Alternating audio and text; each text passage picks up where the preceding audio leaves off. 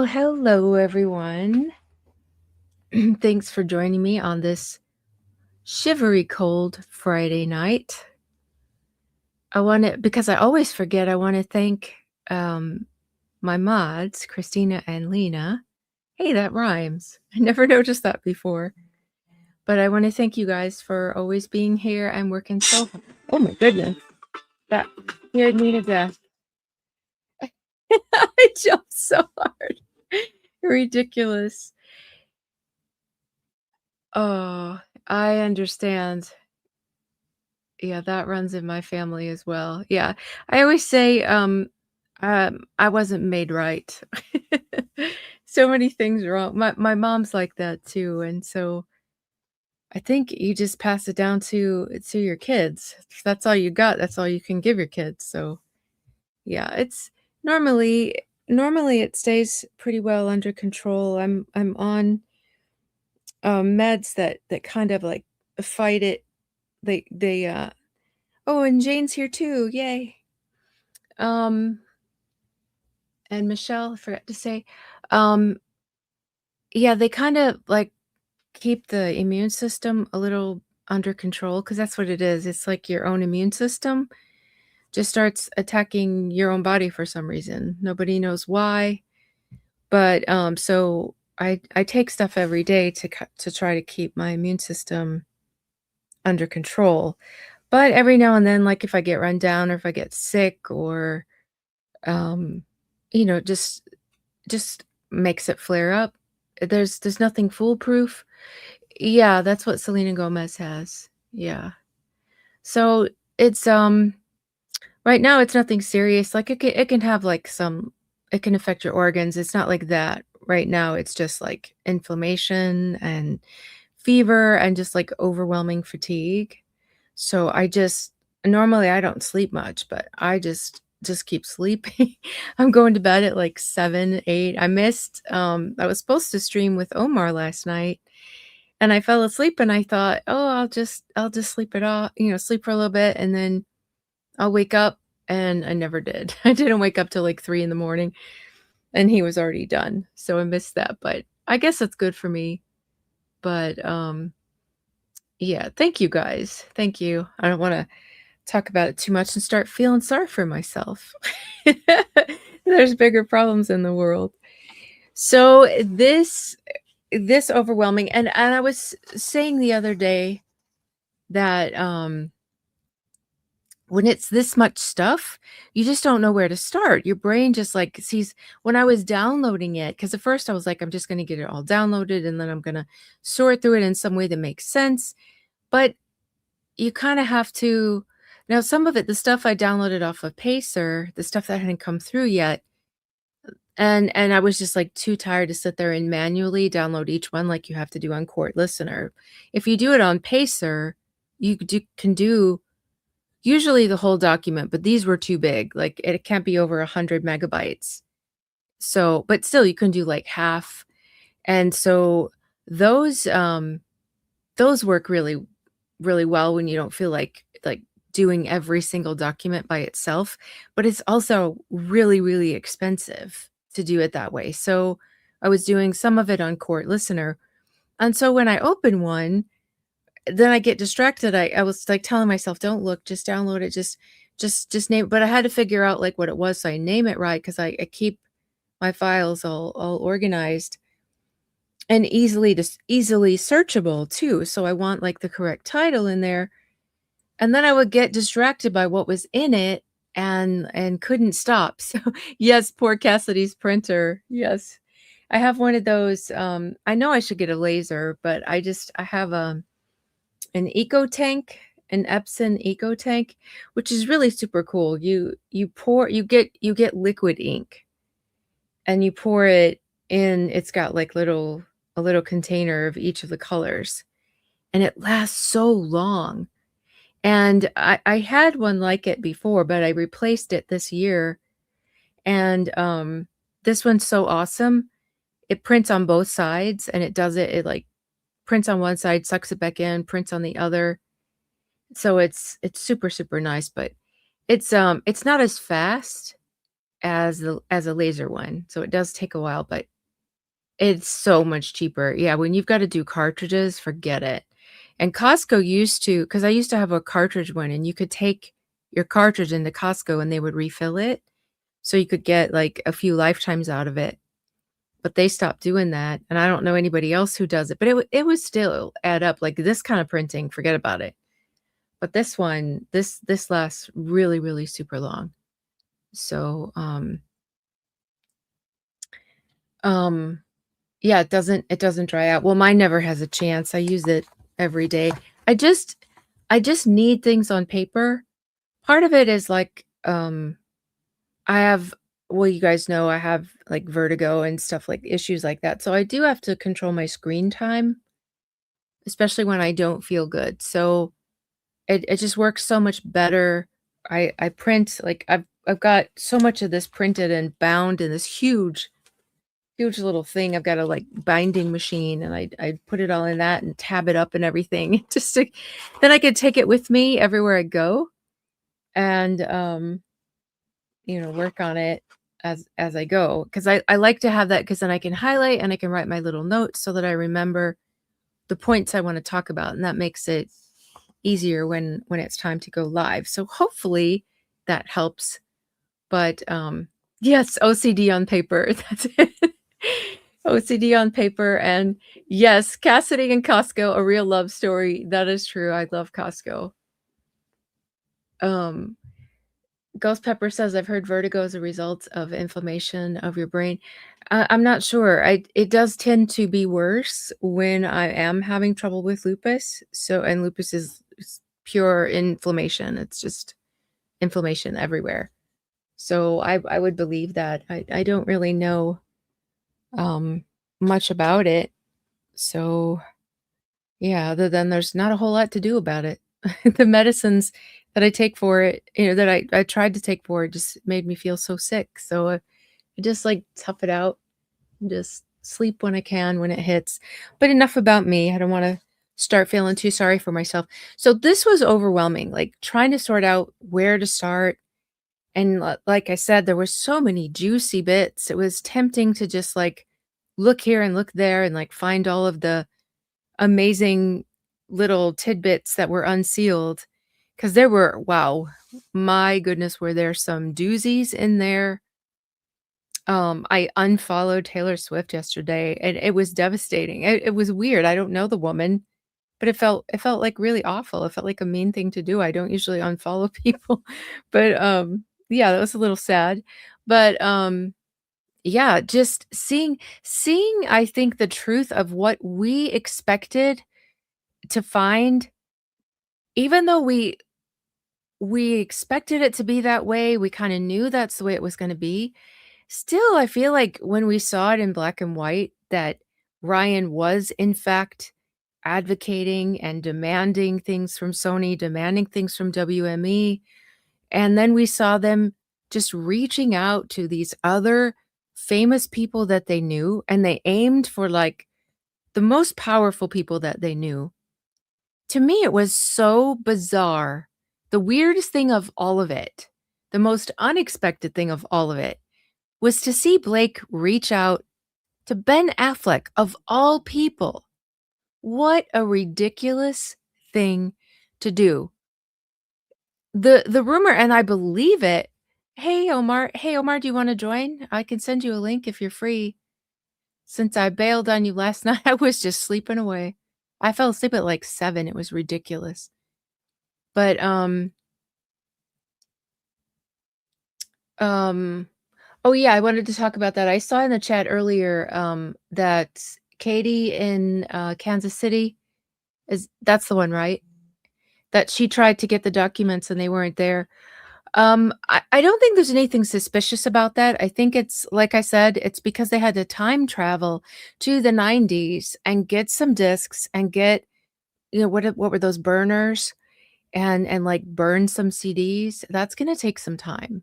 So no, really, it does take some time, because they probably figure a lot of people are gonna come, so they gotta make a bunch of copies, and I'm sure he gave them a time limit of a few days. Because I remember when he did it before, he gave them a few days to get that together and then get it brought down to the court, and, I don't know what the weather's like in New York, but it is it is crazy in the Midwest.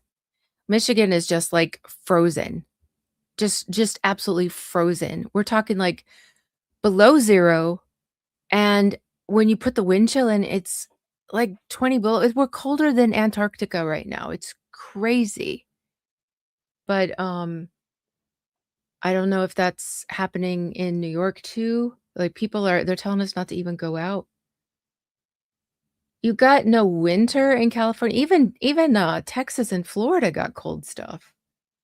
Florida got snow. It's 70 degrees? Well, email me some of that. It is so cold. I had to go out today. I was just kinda being lazy. I was just listening to bush birds. That's about all I had done it the whole morning. And then I had to go get some prescriptions, and we were out of eggs, and it was so cold. I felt like my brain was gonna explode. You know how, like, when you leave a water bottle out and it just, like, the water freezes and it just busts? Like, I felt like that was gonna happen to my head. Now, I like cool weather. I don't like to be hot. I hate summer. I hate to sweat, but I don't wanna be this cold. Like, it was, like, painfully cold. Like, your face, whatever wasn't wrapped was just crazy feeling. It was so, so cold. It's freezing in California. Are you in further well, I don't wanna ask anybody their location, but, yeah, I've seen, like, even, like, Texas and, like I said, Florida had my cousins went they live in the South, but they went down to Florida to get warm, and they ended up it was colder there than where they went from. Thank you, Jose. I hope, Judge Lyman's feeling dumb having dismissed Justin Baldoni's case. I hope so too. I hope so too, and if he's not feeling bad about it, then he's just I don't know. You know how I get. I'm not a fan of his, and, I actually you know what's funny? 'Cause I woke up at 3, like I said, because 'cause I'd gone to bed so early, and I woke up with, like, this thought in my head, and I'm like, I told my husband, I'm like, "I've gotta go record this right now," because I knew that if I just, like, went back to sleep, that I would forget what this brilliant thought was, so I got up and I did a recording of, like, what I wanted to say about that, and it sounded terrible because it was 3 o'clock in the morning and my voice was all groggy and scratchy, and so I need to fix it, but I do have a statement to make, like, about the judge, but yeah, I that's what I can't help but think, like, even when people are saying, "Oh, yeah, he was fair. Oh, he was great. Oh, he was this." Let's not have that short of a memory, please. Let's not forget that this is the man who allowed a subpoena beyond his jurisdiction. His jurisdiction is determined by federal law. He is not higher than the law of the land. And the law of the land tells him and all of his fellow federal judges that they have a limit to the reach of their subpoena power. He did not have jurisdiction over me and almost every single other content creator to be able to allow a subpoena to come out of his court. And our subpoenas came out of his court and were sent out. The same subpoena was just copied and copied and copied and sent to multiple different platforms in multiple different states with multiple different um, dates that they were required to be answered by. And he allowed it to just keep happening. Even after we wrote in our motions to quash, we spoke on all of that. That before you can unmask an anonymous speaker on the internet, you have to overcome the First Amendment. That's not up to him to decide. That is standard. That's the guideline he's supposed to follow, and someone is supposed to take to his court a prima facie showing that beats my First Amendment right and everybody else's who is subpoenaed First Amendment right. And if it can pass that, which is a very high bar, it's not done yet. That doesn't mean, okay, now you can get it. Then you have to weigh the harm it could bring to us compared to Blake Lively's need. She had no need of that. She has Wayfarer. She had already asked Wayfarer, demanded from Wayfarer, which content creators they had spoken to. That was between her and them. There was no reason to bring us into it unless we showed up on a list. And Ezra lied about that. And the judge saw that she lied about that. And still, he did not revoke that subpoena. The second he saw this subpoena is being given under my court, he should have done something to put a stop to it, and he didn't. And the motions to quash, he just denied them as moot because what she did was a sneaky little withdrawal. As soon as one of us sent something in, she knew she couldn't fight it. She knew she didn't have the legal grounds.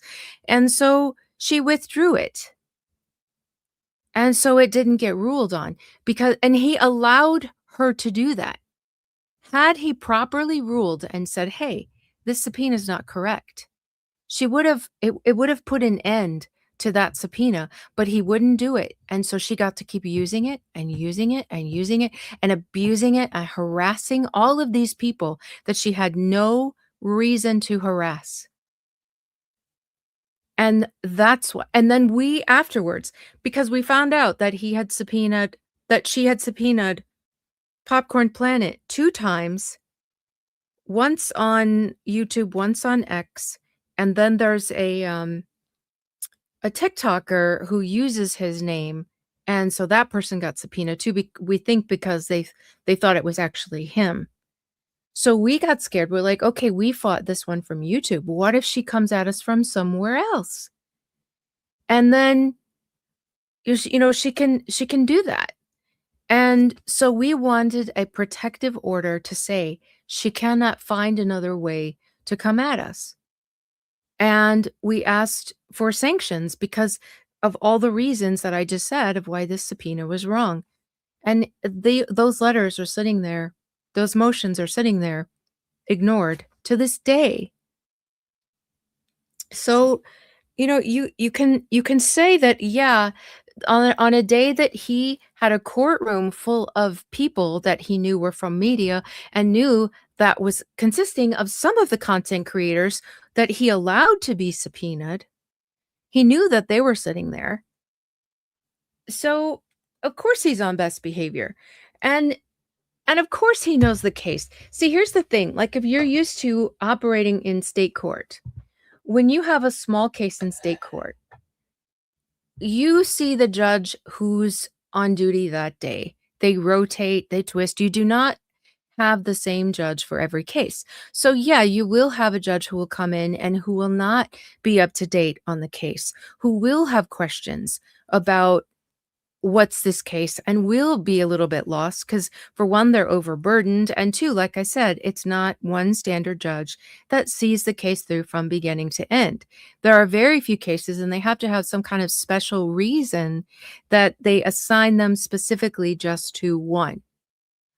But in this case, he's had this case for over a year. And he's had this motion for summary judgment and judgment on the pleadings. He's had these before him for quite a while. Why? Because he gave Blake 2 ridiculously long extensions. So if he's not up to date with this case, something would be weird. So I'm not as easily impressed. And what I was saying too in the recording I made is like when you look at a courtroom, everything about it is set up to put you in awe of the judge. So you walk in, where is the judge's bench? It's up high.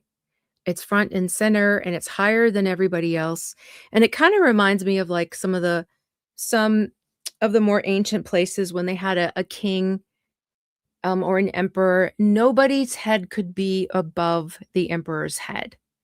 So if he sat, everybody had to sit, and, if you were taller than him, you had to squat. If he sat, you had to get into the floor, so you couldn't be higher, but it's all to give you this feeling of awe and reverence. He's in a robe that's almost priestly, and when he walks in the room, everybody's gotta rise. Somebody announces it, "All rise," and you've gotta rise for this person, and then when he gets up to leave, even if it's just a break, everybody's gotta rise for him. So it's all set up to put you in awe of this person. And you know what? Some people buy into it. You can all of a sudden it's like a celebrity thing. Like, maybe you don't even like the celebrity, but when you see them out in the wild somehow, it's like, "Oh, how exciting," and something like that. But I still remember that this is the man who dismissed and destroyed Wayfarer's case before they got a chance to get discovery. The discovery that we now see, because Ryan was playing it innocent. "Oh, I didn't defame him. I didn't say that." Yes, you did. Yes, you did.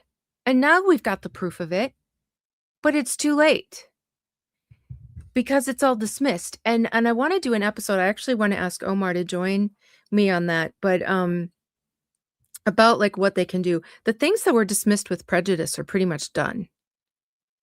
Even appeals, like, things are pretty limited. There are a few things that they can do, but they're difficult. They're very, very difficult. So what he did to Wayfarer, and not only dismissing the case, but dismissing almost everything with prejudice, and then doing the same thing to Jennifer Abel was was really, really an awful thing to do, and I know of 3 judges who feel that same way, and I have some good friends who are amazing attorneys who thought that his motion to dismiss was the most ridiculous thing they've ever seen, and then told me they've never seen anything like it. So, it's it's kind of crazy, like, where we are now, that we see all this discovery, and people are saying how fair and how this and that this judge was. I'm like, "What are you talking about? Did you not just see everything that was unsealed? That Wayfarer that he took away the chance." Like I said, Ryan denied it. Ryan's like, "I didn't say that." And now I've seen things. Leslie Sloan lied. She's like, "I didn't plant stories. I didn't do this."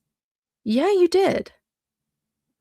And now, this stuff's coming out about Van Zandt. What did New York Times How involved were they? How much did they know about this Van Zandt lawsuit? Did they see this subpoena? I mean, if they're gonna print something that's supposed to be from a case in court, I mean, did they not ask to see what the case was? Did they not look at it? Because I think us YouTubers even are more conscientious than that. When we report on something, we've got the actual documents in front of us.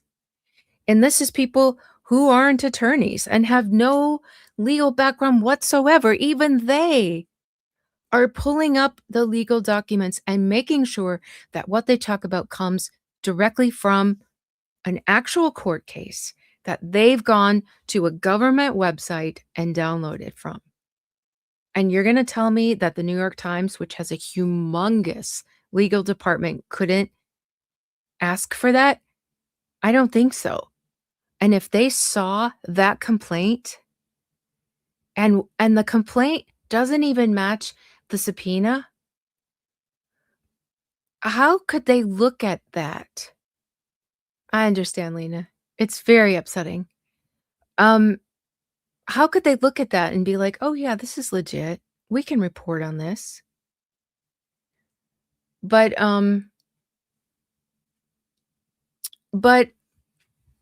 Yeah, that's what I'm saying. My memory is not so short that I can hear him well, I wasn't there, so I can't wait to get the transcript. Because the inner city press guy who normally reports really well, we were like I was dying. Like, there were some messages that were, like, 7 minutes in between. I'm like, "What are you doing? What are you doing?" And then I saw on his thing, he was also posting something about Trump at the same time, and I'm like, "That's why." I was so upset. I'm like, "Keep us informed."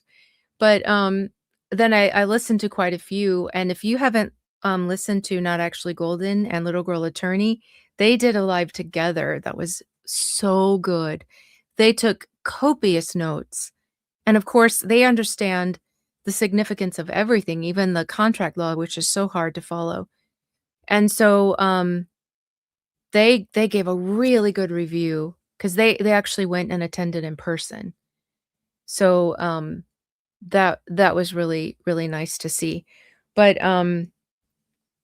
but yeah, so, I mean, my opinion is unchanged. I am pleased if he treated them fairly for the first time at oral arguments, but I have no high expectation that his ruling is gonna be fair.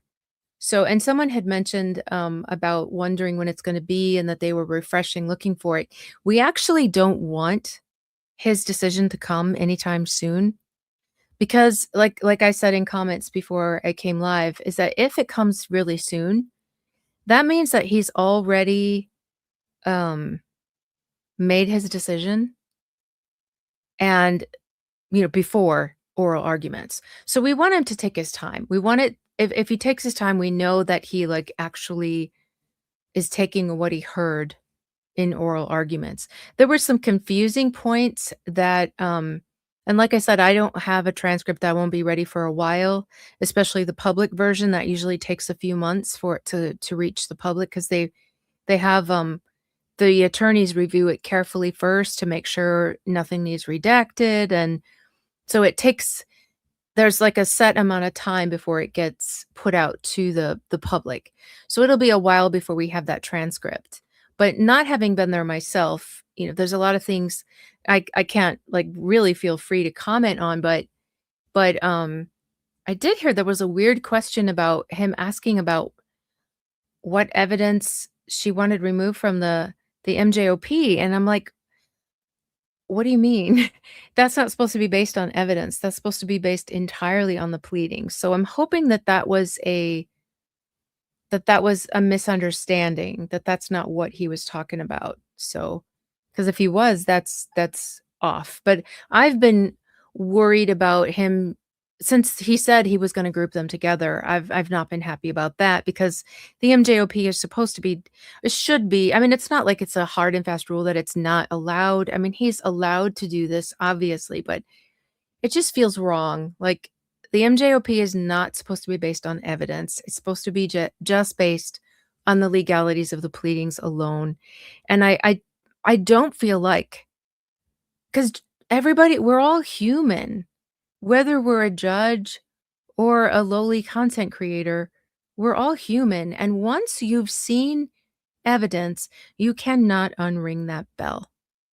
So to say, "Oh, I'm just considering the 4 corners of this document," but you've already seen stuff, that doesn't feel right to me. Like, you can't erase that from your head, stuff you've already seen. So, yeah, I never really liked that. Yeah, Shorty, did you think that was a weird question? Is that what it was? Like I said, I wasn't there, and I do have, there is an account that, I follow on Twitter, and she's here, and I always call everybody "she" when I don't know if it's a she or a he. Um, I've gotta stop doing that. But, yeah, thank you, Omar. Thank you, Omar. It is. I've thought that from the beginning. I didn't like it. But, that person was actually there and was going to go over the notes with me last night, and I got too exhausted. I couldn't do it. Like I said, I fell asleep at, like, 7. It was crazy. So I'm hoping that they will still come and join me on a live and go over, their notes too, because they saw it themselves, and I would love to hear that, and then we can all have a chance to do that together, which would be super cool. But, Omar, did you want a link? I didn't see if you answered me, or not. So I'm gonna go ahead and get started. So what I decided to do, because like I said, it was so like everything, I wanted to see everything all at once and it was getting crazy. But what I decided to do is that the reason that we have everything unsealed. Oh, you can come in for 5 minutes? Okay. All right. Let me see. And you know what? I always forget how to do this. How do I share? I forgot how to share. Oh, no, I know. Down here. Sorry.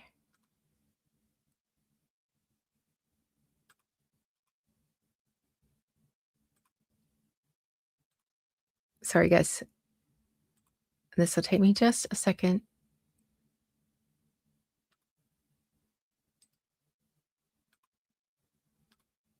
Okay. Sent. Okay. Um, hey, Ricardo. Okay. So the whole reason that everything was unsealed in the first place is because these things came from these documents, specifically the motion for summary judgment. Now, this motion for summary judgment is magnificently written.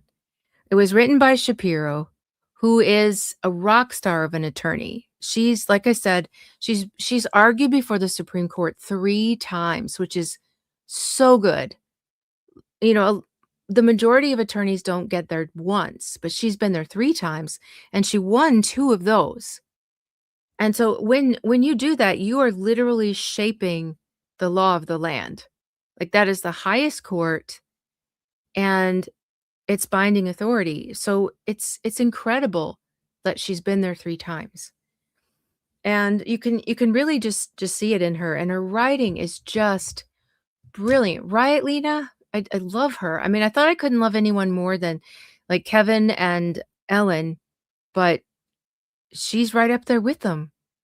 Yeah, she is brilliant. So, um, the moment this was filed, and I forget when this was filed. It's been a while because we got all those extensions for Blake.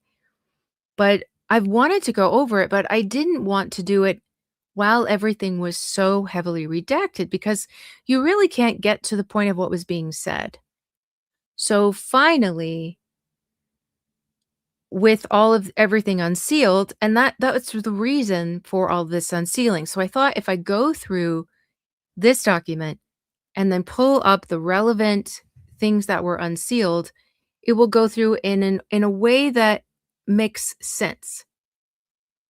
And so that's what I want to do. And I wanted to honor this beautiful 73-page document in the way that it was written. 3-page document. Hey there, Mr. Omar. In the way that it was written. Hey there, Mr. Omar. Can't hear you. Hello. I don't know Testing. if you're talking, but Could you hear me now? but all right, I'll just wait, why am I hearing myself echo? Are you echoing? I don't think that I'm echoing. Okay. No, I still. Did you leave your YouTube channel open too? Negative. No? I'll tell you what, I'm going to leave and then I'm going to come back in. Okay. All right.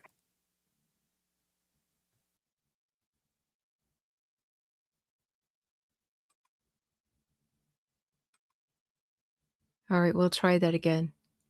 Yeah, but you know what? I think Brian, I think he knows how much Judge Lyman doesn't like him.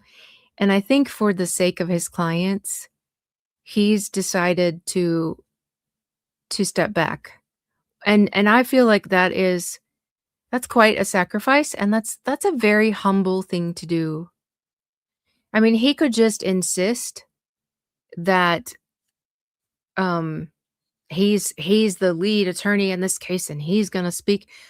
But am I still echoing, or am I still echoing, or was it only when, Omar was up?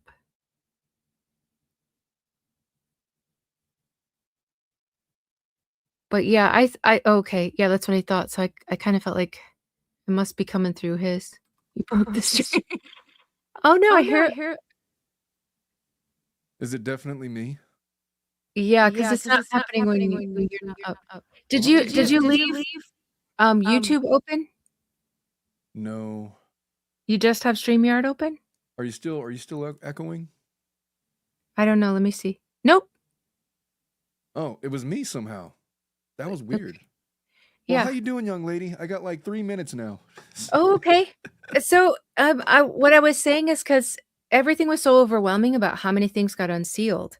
Yeah. So, I'm like, "Okay, here's what I'm gonna do." The whole reason everything's unsealed is because it came from this magnificent motion for summary judgment written by the rock star Shapiro, and so what I'm doing is, and I won't get through the whole thing, it's probably gonna be, like, 4 parts. Yeah. But I wanna go through this summary judgment motion because I never did because it was so heavily redacted. So I said I wanna honor it because it's such a beautiful piece of work, and I wanna take it, and then, what I've done is looked up the things that used to be redacted and sealed, and I've got them together with it. So, like, we can go through how it's meant to be read, the the actual document, and Oh, then the sure. exhibits that are supposed to go with it. So what's your opinion of this, this motion? Well, the motion, you mean the one that was just argued? This is like I don't think I've ever seen the actual written version of it. I think probably Oh, yeah. because of what you just Yeah, said. because it was so redacted, I think a lot of us are just like, "We're not even gonna touch this Yeah. till we get the real thing." Well, I can only tell you this. I could tell you because I did my recap yesterday when we were supposed Yeah, to do I our stream watched it. together. Yeah. Yeah. I did exactly like what you did. It's like, yeah, I'm not getting through all of this unsealed evidence. There's just no way. So I'm just going to recap what I could recap. And then I went Yeah. off of Not Actually Golden and Little Girl Attorney, their recap. I took notes from them and from Lauren and what I'd heard and just gave my impressions. And just based on what they said, it feels like You're Lyman, really quiet, Omar. Just sorry to interrupt, but everybody's saying, and I can hardly hear you too. well, that's not ideal. Mm-mm. All right, I'm gonna try to. How about now?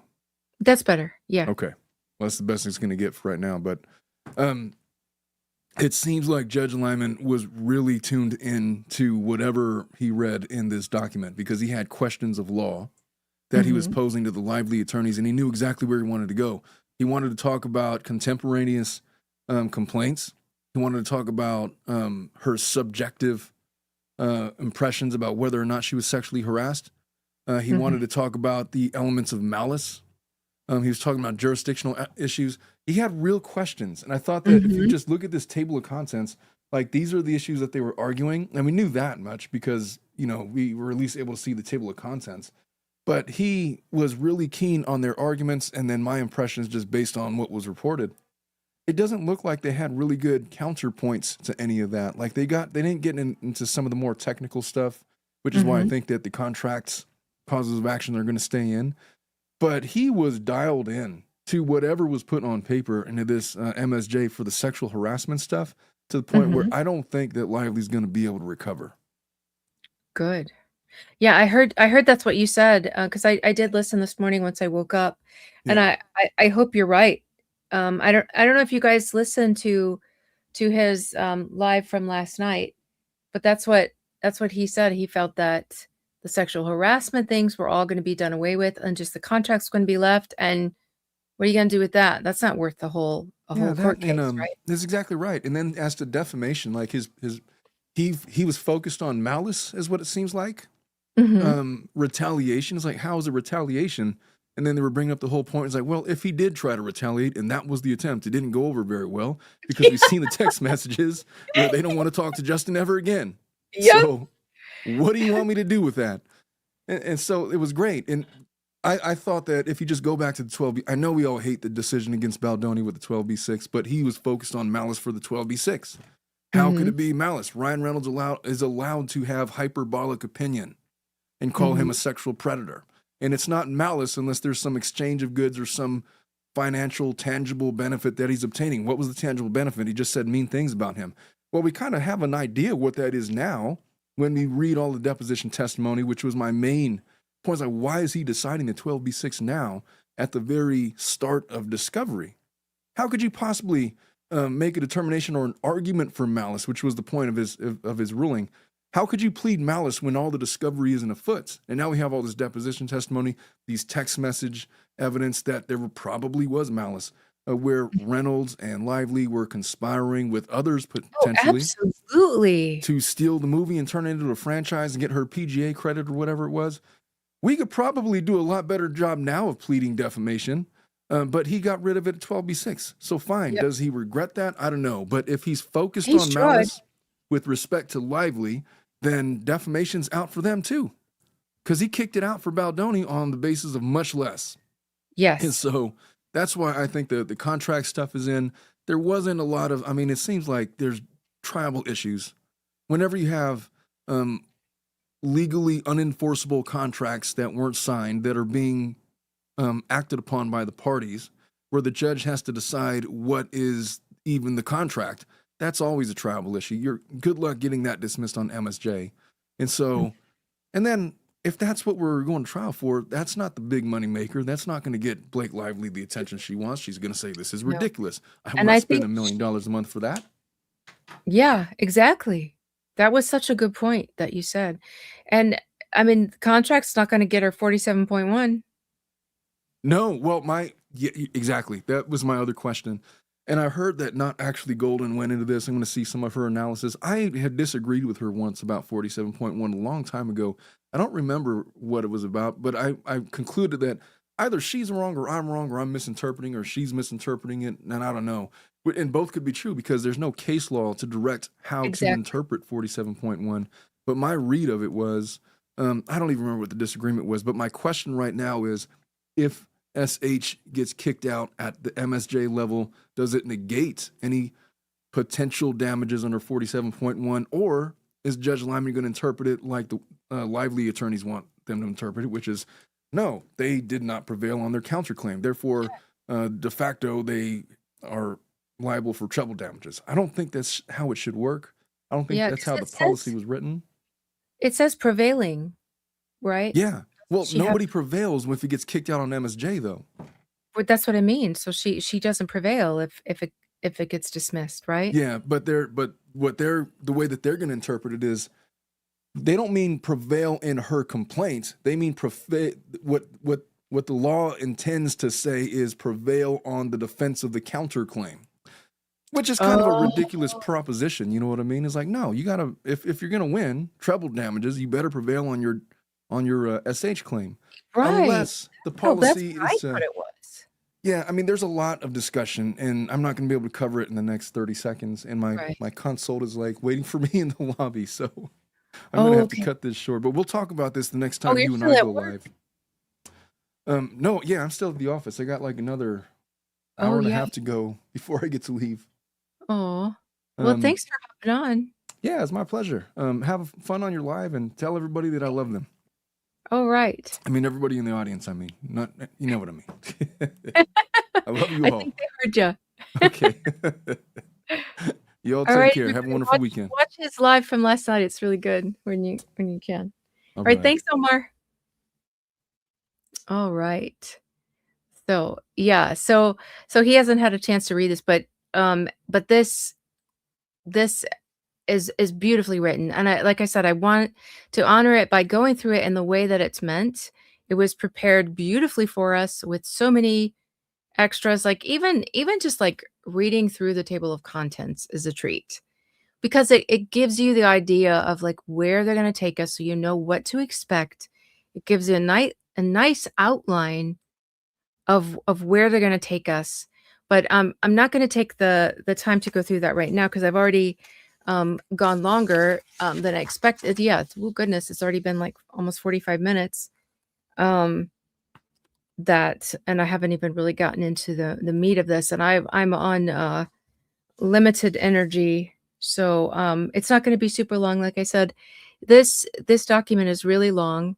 in itself, and I've looked up quite a few of the exhibits to, like, really show their side of everything. So it's gonna make it a little bit longer. So it'll probably be, like, 4 different episodes. So make sure you check back later to see the next the next episode in the series. So we're just gonna go through, I think it's, like, the first 20 pages today, but that's not as long as it seems because all of the table of contents and all of the case law that they have, the table of authorities, all of that is included in there too. So, um, we're gonna talk about this. So this this I wanted to pause on because this is their introduction of Justin. And I really wanted to emphasize this because constantly we hear him ridiculed and mocked for being a fake feminist. Here's the thing. Justin never referred to himself that way. His whole thing, like it says here, it's geared towards a predominantly male audience. His topic is not feminism, it's masculinity. His books are about masculinity. His books are speaking to men from where he's at in his age and from things that he's learned along the way. He felt like he could take his life experiences and speak honestly and openly and humbly about them in a way that he hoped would help other men. And I think it's a beautiful message because I did a post a while back because as you know I cover situations of women who are killed by their partners. It's a serious problem. We go up in numbers constantly, but we've passed the number 3. Every day, one of us are 3 of us are killed by a partner or an ex-partner. And that is sick. It's so messed up. And it has to stop because the number just keeps getting higher and higher. And I was so, like, in my feelings about it one day because I read the most horrific story, and there are so many, like, you can't even cover them all. But on any given day, just name a city and just search that city's name for husband killed wife and look at how many will come up. You will be shocked. And that's just that city. Then move on to another city and look it up and wait and see how many come up. It's endless. And I said, I'm like, what are you teaching your sons out there? I'm like, if parents are going to keep failing their sons, then we need to put in the school system something to teach these young boys that women are not put on this earth just as they're, I don't know what we are to them. To not every man, of course not. There's lots of good men. But these sorts of men who end up like this, first they want to control and abuse and cheat and beat and all of these things, and without a thought. Like as if we're not even human. And then when they're done with us, or we make them mad or try to leave, then we have to die. Like that is the reality. That's not, I'm not exaggerating, I'm not being dramatic, I'm not being hysterical. This is the actual Bruce says that's why I'm a moose. You're one of the good ones. But this is how it is. That's just in this country. 3 of us. Well, now it's more than 3 of us every single day. And then if you take worldwide, it's over 10. It's outrageous and it has to stop. Yeah, okay, look at this. This is what I'm talking about. SS Web says a local case, husband killed wife because she overcooked pasta. The headlines were everywhere. This is what I'm talking about. A couple weeks ago, a husband killed his wife because something about a football game. And he didn't just kill her, he killed her child. You know, and it's just so messed up. So to me, when I hear that this is what Justin was trying to do with his life, and I think Jamie was on there sometimes too, and even the wives joined. And if but if more men were out there guiding these men, especially younger men and boys, maybe this problem could improve a little bit. And now this man who was trying to do good has been stomped into the ground. His podcast is done. Like, I don't even know if he has the heart to continue this stuff. I don't know if when this is all over, if he will go back to it. But this is what these awful, horrible people have done because they wanted his movie for themselves. It's sick, and it's why we are so polarized by this story, because it's too much. It's just it's awful. But, so so I'm sick of people saying, and what did Ryan call him? A fominist? Oh, you're so clever, Ryan.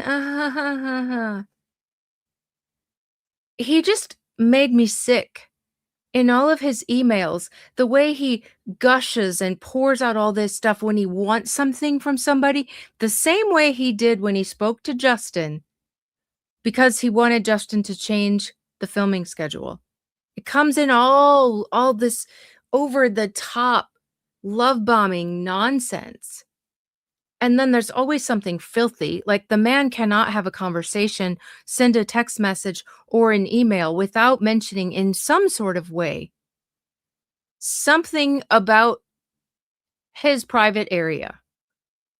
Even his email to Colleen where he was gushing over her, what did he say? He said something about a pants down, bent over the knee spanking. Like, why are you always so disgusting? And why was Colleen okay with that? Why are people okay with all of this filth that Ryan says constantly? But this guy's getting sued for saying a pair of pants was sexy on a movie set where that's what was being said. Oh, well, the clothes need to be sexy. Oh, I need to look more sexy for this scene because this movie, that's the whole point of this movie. Make it make sense. Yes, Katie of Arc, they are so hypocritical that it's mind-blowing. Okay, so this is the way Justin describes himself. He doesn't say, I'm a feminist. He says, I speak about masculinity to a predominantly male audience. That has nothing to do with feminism.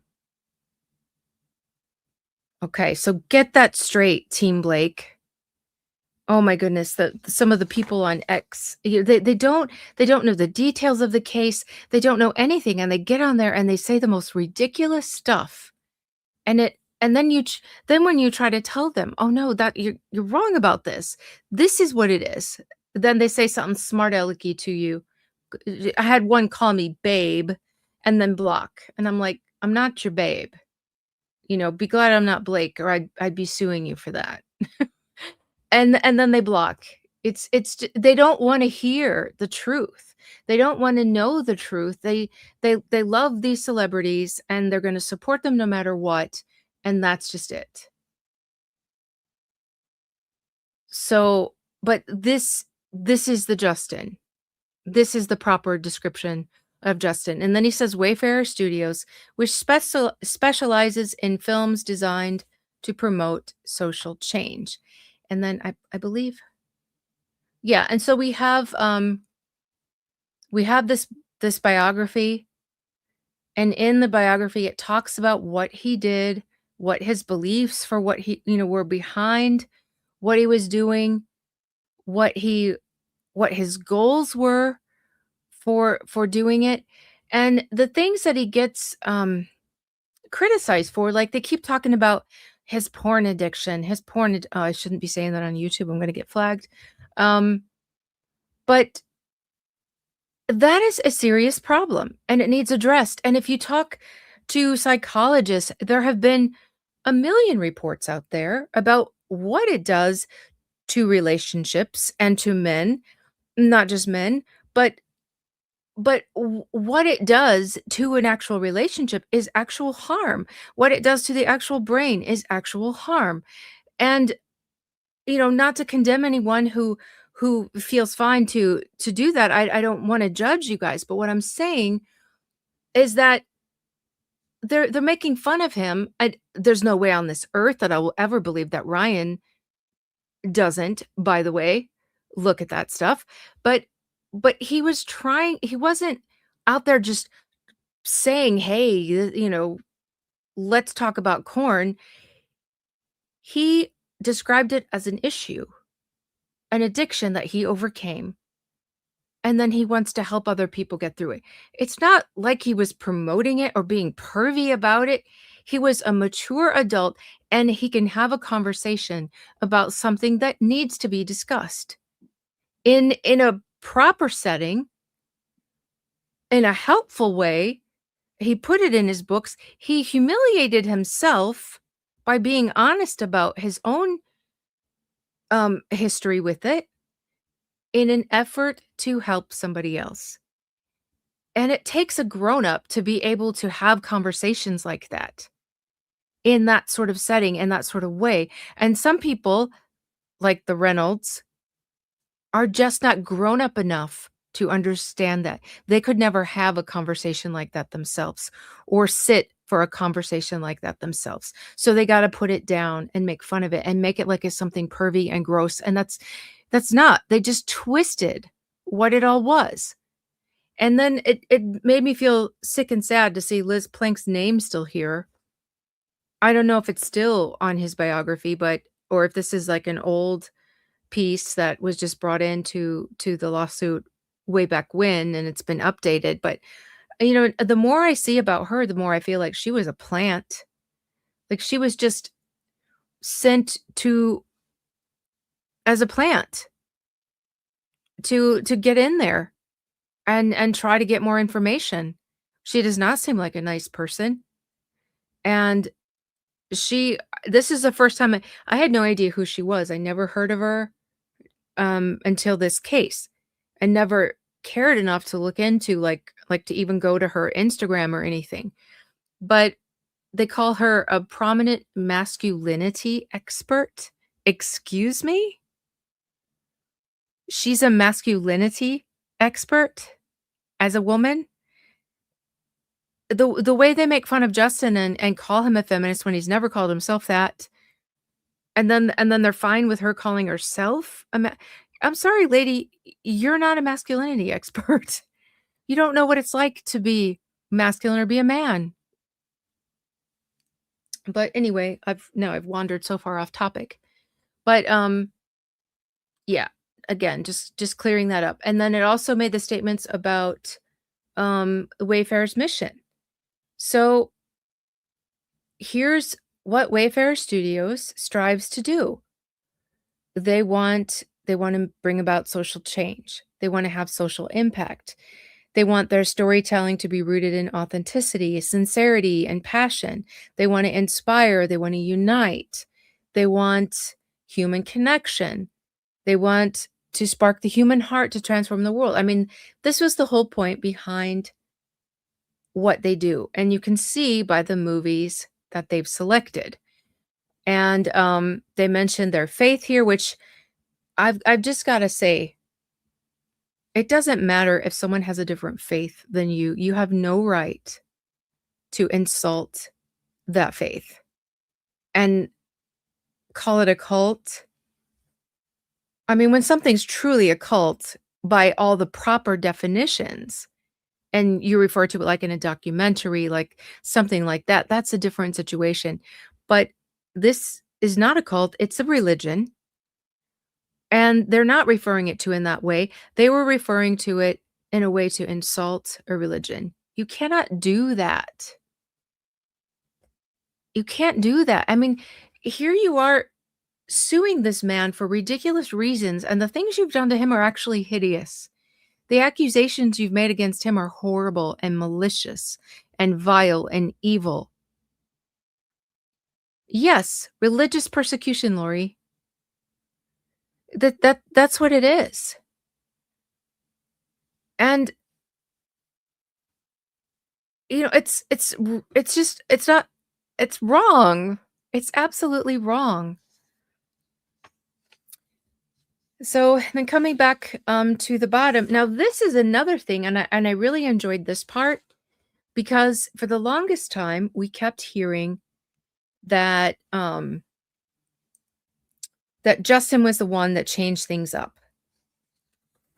That he changed the theme of the marketing and he did it to make Blake look bad. How many times did we hear that? And that he, just later started bringing attention to the No More organization and shining a light on survivors of abuse and all of that stuff. And we've heard that we knew that he teamed up with this organization. We've known that all along, and we've heard them say that it was his aim all along. But now we have the proof. All right. And this one meant so much to me. I really, really loved this one. It's not a big, juicy Taylor Swift one, but to me, I feel like from a legal standpoint, it's very important. Because look at the date, February the 4th of 2023. What else? This is an email, okay? And what else does it say? Under subject line, it ends with us, publicity strategy. What does it say? Early draft. This is way back, way before filming, because we know filming started sometime in May. This is February, and this is the early draft, and then it says first draft attached. So this is the very first ever publicity strategy. Let's see what it has to say. So it said it was attached. This is what was attached to it. Look at this. First of all, I highlighted steamy sex for a reason, not just to be silly, but because Blake acts like, and she's got her whole, and I have to steal. I heard attorney Britt. Have you guys listened to Britt? I just love her. She's become my favorite actually because she's so real and so raw, and I love the way she ends every live going, "Have the best day." She's just, I think she's like super cool, but yeah, she's so raw. She doesn't try to be prim and proper. She just says it exactly like it is, and I just love that about her. But now I forgot why I brought her up. See, so easy for me to wander. What was I going to say? Well, anyway, the point of me highlighting this about the steamy sex is because Blake's trying to act like, and oh, that's what it is. I want to steal this from her. She called them Blake apologists. And I loved that word instead of Blake bots, Blake stands. I just loved it. Blake apologists. And so, what's about a squirrel? What's going on? Cassidy squirrel. What's going on? So anyway, so the apologists, they're always trying to make it like Justin was being so pervy and so gross and trying to put more sex in it and all this. This is before they started filming. This is before there were any issues whatsoever in any way, shape, or form with anyone. And oh, you're calling me a squirrel because I'm so easily distracted. You're going to distract me with saying squirrel because I love squirrels. I had a rescue baby squirrel and that got away.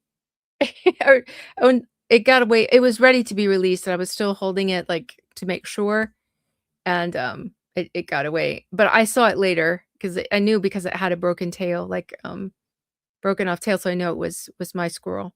And she was so, so cute, I loved her. Yeah, chicken butt. Okay, back to this.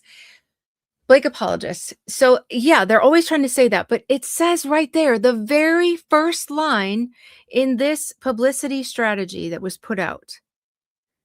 Um, Although the story's full of romance and steamy sex, okay, that's what the book was known for. I showed it in my last live what people were saying about the gratuitous sex that it had in it. It's a steamy book, okay? So we must always ensure there is context for the underlying messaging. What is the very first sentence? Although it's romance, we must always ensure what abusive relationships. The very first line, that's where they started. So Justin did not change the marketing later to make Blake look bad. Justin did not change the marketing later to make Isabella look bad, even though she said that in her deposition. We have the absolute proof right here in front of our faces that back in February, before anything went wrong, before filming even started, that this was the underlying message that they're saying we have to make sure this doesn't get lost behind this romantic, steamy sex story, that this must take priority. It couldn't be more clear. I know that makes me sick, Chris Wildfire. I have to say that. Um, can you believe Taylor fans think she's just defending Blake? I saw that and it is just maddening. And they think they're still friends and just laying low. I'll tell you, if your friend's got to lay low when you're going through something like this, they're not a friend. But okay, and then it goes through like the angle that they want to bring out in their publicity. So, specifically, one of the things they say, because this is really, really important. What does it take to leave and break the cycle of generational trauma and domestic violence? Because that is an issue. A lot of times women are sought out because the men can see it's the kind of woman that's broken already. And so she's going to be easy to control and easy to abuse. They're not going after strong women who know how to stand up for themselves. They're not trying to marry those women because they know it's not going to go well because she's going to fight back or she's just going to walk out.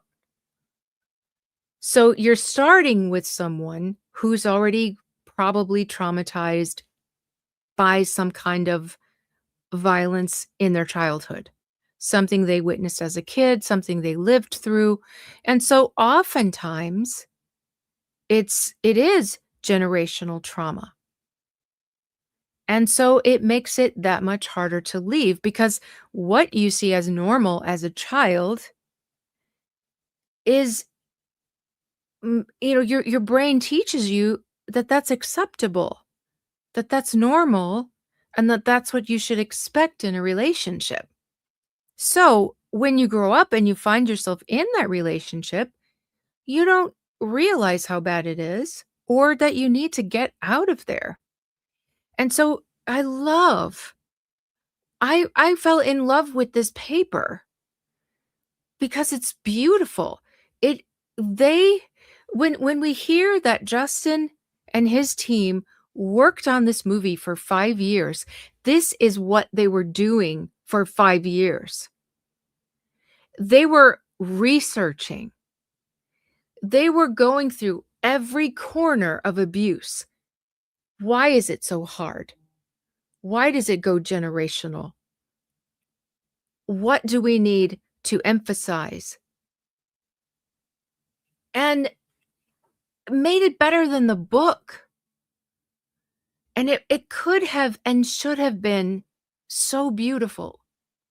It should have been able to accomplish so much. And I look at all the aspects of everything that they were concerned with. Right, Parker Posey? Thank you, by the way, thank you so much. Um, Oh my god, this publicity plan is breaking my heart. Exactly, 'cause I that's all I could see is, like, this is what they did for 5 years. This is why it took 5 years, because they put their hearts and souls into this.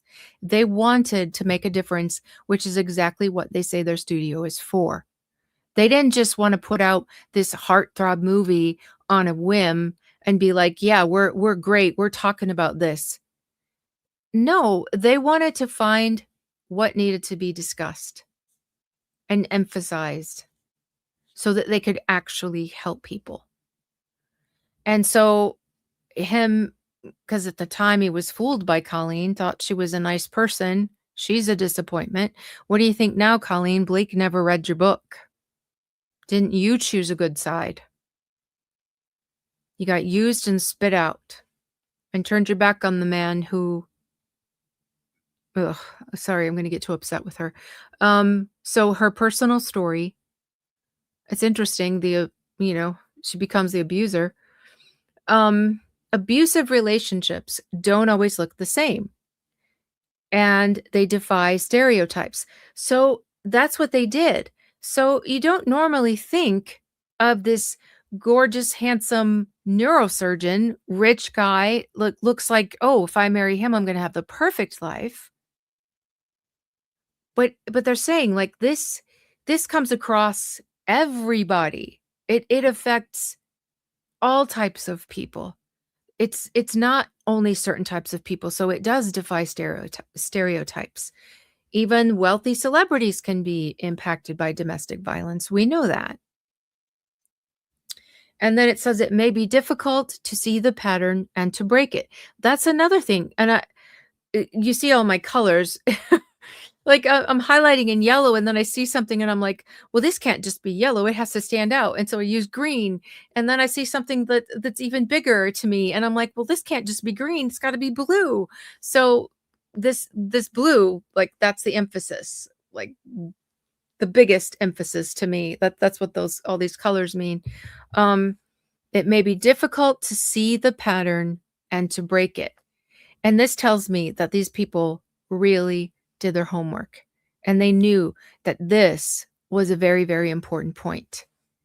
And it goes on. I mean, this document is just beautiful. And it's so funny, I got to Blake, and they don't really have much to say about Blake. Um, why she took this role, and when I saw that, I'm like, I bet she fed them some kind of ridiculous lie of a story to make it seem like she was actually interested in the story when we know she wasn't. She was interested in the wardrobe and, what it was gonna do to promote herself. And then how Colleen envisioned Blake for the role, but they didn't expand on that. Then we know we've already talked about what Wayfarer's mission is. And then we get to, um, even more. So there is a theme, and the theme is not a pop-up flower shop, Betty Buzz, Betty Booze, or Ryan and, Hugh Jackman and Ryan's mom harassing Brandon. That's not the theme, believe it or not. You would think by the marketing done by Ryan's pathetic marketing company that that's what it was about, but it's not, come to find out. It's about something much more important. Some of these are very serious topics, so we need to be careful not to what? Commercialize or handle lightly. This was not changed. I want to say this, I want to say it over and over again. I repeat myself so much because that's the accusation that Blake and now Isabella have made, that Justin turned things around to make them look bad and make himself look good. No, ladies. If you had looked at your information or listened to him at any point or done any kind of research or talked to him at any point, you would have known all of this. I'm sure you got copies of this that you didn't bother to read. But in this first draft, before filming began, they said not to commercialize or handle lightly. Perhaps use the book as a way to what? Open the conversation, not sit there and say, "Oh, what do I do? Location share?" Shut people down. It was supposed to open the conversation. And now this women empowerment. So Blake's team, they take some of the stuff from here. They miss all of the important main points that we just talked about. And yet they'll grab something out like this, women empowerment. That's their defense. Well, we're not focusing on abuse. We're focusing on women empowerment. But this is not just general women empowerment, like go women, oh, go be a boss lady, go start your own business. That's not the point. The empowerment is about what? What are the rest of the bullet points? What are we talking about here? The location share voice was on point. um, the empowerment of getting out of an abusive situation. So getting on there and talking about opening a flower shop is not the point of this movie. The biggest point of this movie was breaking the cycle. Because look at the rest of this. And they just ignored all of the rest of everything else and just took out of this what they wanted to. They say you need to handle this with thoughtfulness. Because when women are trying to break the cycle, it's very, very difficult and it can take years. Men can be abused too. That's true. I need to stop saying just women. And tie to the film in a respectful way. Yeah, didn't Jenny Slate abuse didn't she brag about hitting one of her exes constantly? And we do have women that have killed their husbands as well. And that number is increasing.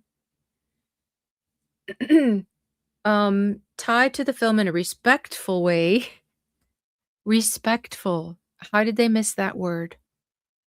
Not by having your mom sexually harass the co-star, because she did. You guys saw that, right? You saw the stuff she said to that man. She told him she could rock his world. Do you remember? And all that talk about meth. So this is the publicity strategy, and that's what Ryan used his marketing company to make. And they thought it was oh so cute and clever because he had Wolverine join him and they were in Gigi Hadid sweaters. That didn't impress this crowd. It may have impressed your weird shallow friends, but it didn't impress the crowd who came to this movie for the message that's in the movie. Yes, your chances of being killed go way, way up when you try to leave. Well, you know what? If those of you who watch the Murdaugh series that Omar and I do, we just saw that. We got to that episode, the one where Maggie gets killed, and that's where she was. She was about to leave. And that's the way it happens. So, yeah, they need a lot of support through that time. All right. Where were we at? So it talked about having discussion panels. Actual discussion panels was in the early draft, first draft strategy. Not ignoring it. Podcasts. And then it mentions generations of violence, a pattern that seems that it cannot be broken. Because like I said, if it's the learned pattern of a child, it's that much harder for them as an adult to walk away because their brain learned that's okay. Because whatever your experience is as a child, that's your normal. That's what you think is okay. And you have to unlearn that. If there's something wrong in it, you have to unlearn that. And it takes a long, long time. And like I talked about with Maggie, love doesn't die instantly. When you're in love with someone, and they may do something horrible to you, the love doesn't stop that instant. Even if you leave that instant, the love doesn't die that fast. It takes time.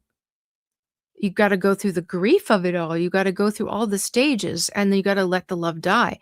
So when that love is still there, it resists the urge to leave. So this is beautiful. They thought of everything, they researched everything, and they wanted to include all of that. Rationalizing every incident. That's what happens. And they tried to show that in the movie that the first couple of times that he had done something to her, it's like, "Oh, okay, I'm not quite sure what that was. Maybe that was an accident. Maybe I misunderstood it. Oh, he was upset. Oh, and not the movie didn't have this, but, like, the rationalization that often happens is, "Oh, I upset him. It's my fault. I did it."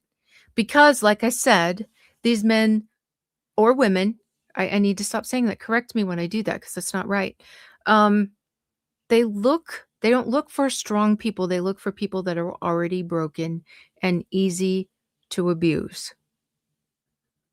And so it's the kind of people who always feel like they're the ones that did something wrong, and so they rationalize. And this too, like, this, like, actually choked me up for a while. I was like, "I don't know if I'm gonna be able to say this." But that last line, "Grieving what you thought you had." So, no one goes into the relationship imagining that they're going to become a victim of abuse. They went into it thinking, "Oh, this is the love of my life. For the rest of my life, we're gonna grow old together." And then when they get faced with it and finally get the strength to leave, there's grief with that. And, like, someone from the outside can look at it and go, "What are you thinking? Like, how do you just walk away? Why are you still there? Why don't you just—" But that's not the right approach. This person has real feelings, and, um and they have to grieve it. It's a loss to them. It's a loss of what they wanted in their life, what they expected their life to be. It's actual loss. So it has actual grief. But I just had so much appreciation for what Wayfarer tried to do with this movie. And I think it's important to have this background. Um, let's see. And then there's a list of other things, like, if you leave him, you leave other parts of your life too, like maybe friends that you have, maybe you're close with his family or her family. Um, then there's the shame of staying. Maybe you told yourself, "I would never put up with something like that." And then you do, and you live with that shame of not living up to your own standards. Okay? Shame of being homeless. A lot of these women, a lot of abusive uh, men. This happens more often with men to women, so I will say just women in this case. They don't want them to work. They want them at home, and so they don't have money of their own. So if they leave, they have nowhere to go. A lot of them. And so they're faced with homelessness. So they're like, "Well, which is worse?" So there's that. Um and they're embarrassed. They're embarrassed to admit that that's happening, so they have the shame of, and they wanna hide this about their partner. They don't want people to know their partner does this, so they'll lie for them, make excuses for them. "Oh, I fell." "Oh, I bumped into something like that. And then it goes into, like, Atlas, because Atlas is a homeless teenager, so they talk about that. And then what are some of the other things I wanted to I'm taking too long on this document. You can tell I love it so much. Um But it says there in green, "Due to the sensitive nature of the story, all stunts and creative concepts must be reviewed and approved by Home Office." And I bet that ridiculous marketing wasn't. But see, they were trying to be careful with how everything was done. And they like to say that, well, this plan mentioned flowers, and it does. Right here is where that's at. It talks about having screenings on a rooftop, events at a venue made to look like a floral shop with steampunk-style flowers, temporary heart tattoos, and even incorporating onesies because there's that bar they go to, and if they wear onesies, they get a free drink or something like or a discount drink, something like that. But what do they say at the end? Here's the challenge. They knew that this would be a challenge. Incorporating those things can make the story feel whimsical. They're not saying do this, make the story feel whimsical. They're saying here's the challenge because we're trying to do all of this. And if we do have a flower shop and do have the rooftop and do have onesies and heart tattoos, it might start to feel whimsical and funny. So they're saying it's a challenge that they have to fight against. They're not saying embrace it and go with it. So Wayfarer is not Wayfarer, I'm sorry, I said that totally wrong. Team Blake is really twisting that around to mean the exact opposite of what this document means. And let's see, it says be respectful to the fans. Sitting there and saying sarcastically, location share is not being respectful to the fans when you're being asked, like the guy asked about what the fans could do. She should have been ready with the No More org. She should have had that website ready. She should have had a hotline ready. She should have had something that she could say if those kinds of questions were asked, because that's what this paper was all about, was preparing them for how to carry out the publicity and the marketing for this movie. Then it says, not losing sight of the messaging. And we must not position it as a romance. And then under resources, this was really, really interesting to me. Do you see this part? It says, Slate, the backlash against America's most popular novelist is way less satisfying than I'd hoped. So I was like, what is that? And so I found it. And here's what it is. It's an actual article. And if you look at the date, it's also in February of 2023, before the filming started. So there was already backlash way back then. Well, if it's before filming started, what is this backlash about? And we've heard little bits about it, but I'd never seen this. In 2023, Colleen Hoover stepped in it. In mid-January, the New York Times bestseller and book talk darling, whose books sold better than the Bible in 2022, announced that she and her publisher were issuing a coloring book tie-in for her biggest hit, It Ends With Us. So we've heard about this, the coloring book, and I think there was nail polish too. The negative response was swift and overwhelming for obvious reasons, obvious to everyone but Blake. It Ends With Us is a book about domestic violence. Hoover detractors who say she romanticizes abuse had a new weapon in their arsenal. How can Hoover pretend she takes the subject matter seriously while creating cutesy, juvenile merchandise? Only 24 hours after the coloring book's publication was announced, it was canceled due to the pushback from both her fans and I think, I can't see under that. Let me see. How do I remove this? I forgot how to move this.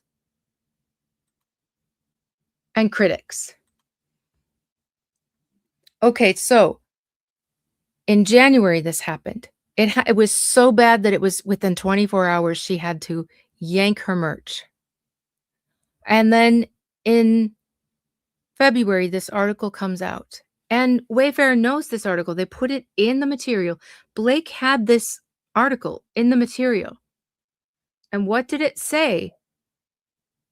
Don't try to make money off of your merchandise off of this. And what did Blake turn around and do? She tried to sell hair care. Even worse, she tried to sell booze. Yes, Lily, that's what I said. I would've she says Lily says, "I would have preferred a coloring book to booze and hair product." Exactly, because what a lot of victims said is that a lot of times the abuse happened when their partner had had too much to drink, and it would change them to becoming abusive. So, to even think about bringing alcohol into this was the stupidest idea. But here's the thing. How are you gonna have this situation of what happened to the author, and then think that you as the actor in the movie are not going to be criticized for doing it? This is the mother of the book, and she had to pull hers within 24 hours because it was so bad. The criticism against her was so bad. What did Blake think was gonna happen to her? Did she think is it like Ryan who says, "I'm too big to fail"? Isn't that what he said? "I just drink the blood of my enemies"? Did Blake think she was just too beloved that this couldn't happen to her? When Colleen Hoover, who has millions and millions of fans who just adore her books, this book, the ridiculous amount of time this book spent on the charts is crazy. It kept coming back year after year and being the bestseller. It's this book was crazy popular, and even she got raked over the coals for this. So, not only did they have all of this guidance to go by for what the marketing should be, but they had this lesson that Colleen had learned the hard way to prepare themselves. Hold on just one second, guys, sorry.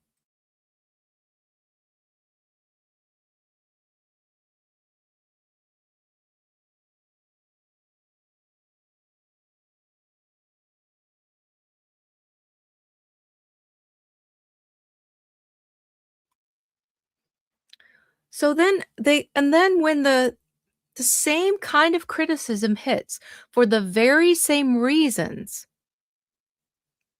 and Blake can't face that it's a mistake that she made, and Ryan doesn't wanna admit that it's a mistake that he made, they blame Wayfarer. And here they already have absolute proof that,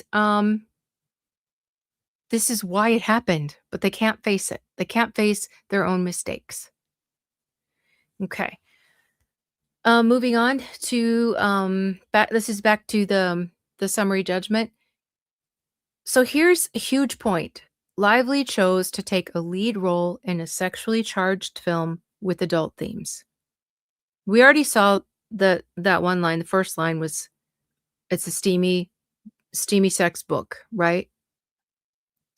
And I showed in my last live that people called her type of writing, they called it trauma corn, which I thought was hilarious. I've never read a single book by her. I watched the movie just so I knew what I was talking about when I talk about it. And I've read through the script now because that got unsealed. And I've read excerpts from the book because I wanted to see what the actual rooftop scene was. But apparently the book is very sexy.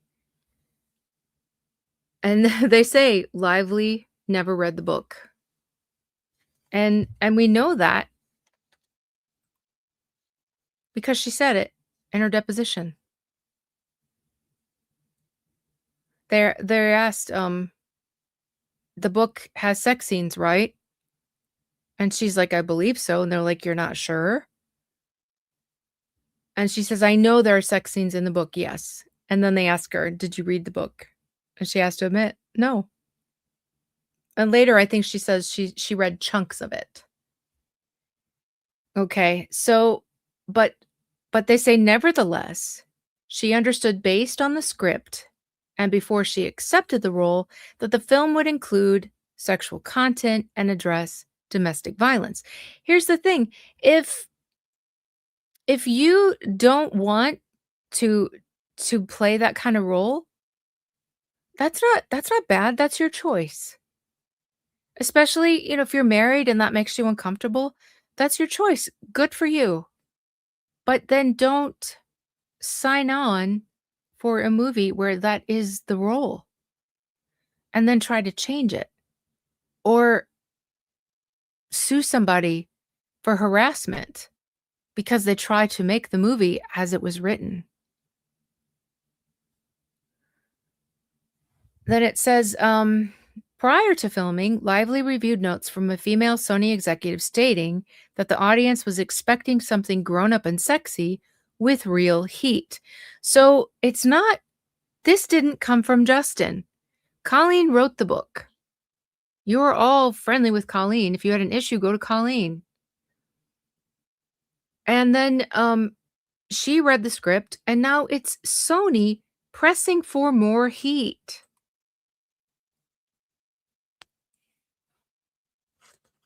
Sorry, I lost my place. Let me catch up here with my notes. Hold on. I think this is Warren Zavala. His deposition was one of the ones I had trouble.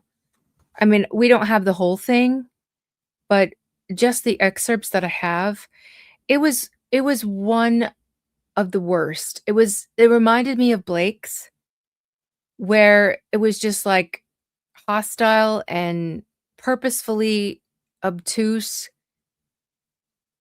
and just evasive and trying to avoid like actually answering the question. It takes a lot to get him to admit something, because he is the one that of all of them that was trying the hardest to defend Blake. I wonder if he feels stupid about doing that now. But anyway, so they're asking him, and there's a lot of him hawing around, and he finally admits it. But they're asking, you understand that this movie had sexual violence content in it, right? And he says yes.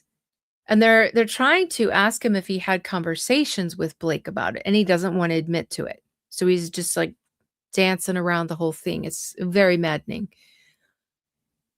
And I think this is Ellen asking, and to the best of your knowledge, did Miss Lively understand that the movie had sexual content before she agreed to accept the role? And look at him. He's like, you guys got to give me a little direction here. Like he doesn't know what to do, doesn't know how to answer the question. And then, so I think Ellen was just like fed up. She didn't even re-ask the question herself. She asked the stenographer to read it back. And then he finally says yes. So that Blake did understand that there was sexual content in this movie. So none of this was a shock. And it's exactly what she signed up for. Okay. Oh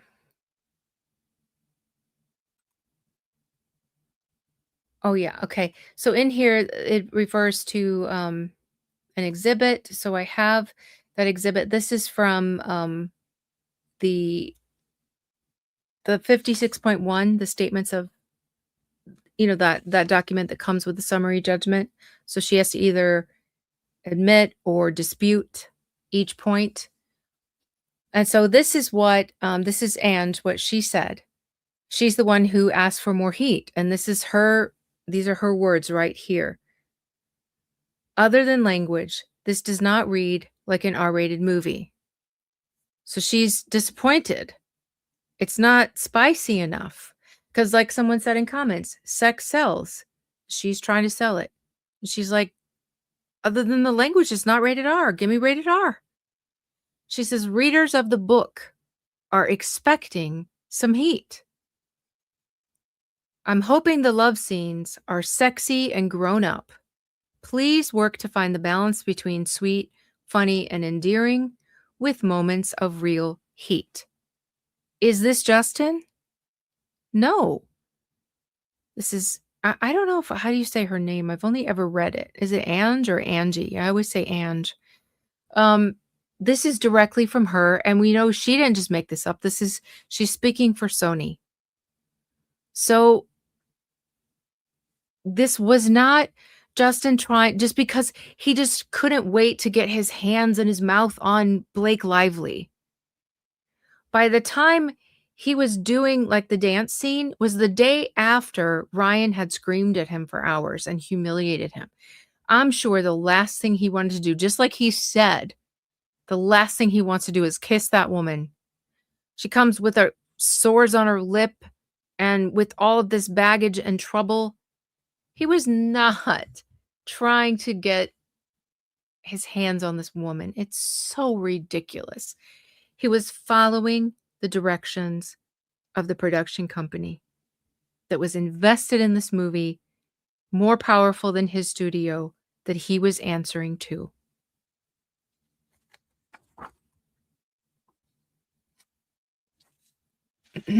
Okay. And that brings us to, where are we? Here we go. So I'm not going to spend much time on this contract stuff. The contract stuff is difficult, and I don't have any experience in this, but I did do a video previously. It was the one I believe it's the one where I was talking about what's left of her causes of action. Yes, his wife.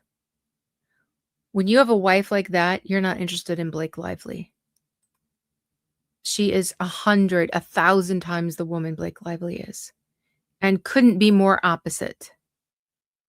That's what he's attracted to. So this contract stuff, I did a live or maybe it was recorded about the rest of her causes of action, and it was about this word is so hard to say, territoriality, and that kind of came up yesterday at the hearing. And it's important in determining the case because some of her causes of action are based on California law, but none of these things happened in California. So that's a big issue. But then there's also whether or not this contract is going to be honored because it was never signed. So I went through all of this stuff in a previous episode.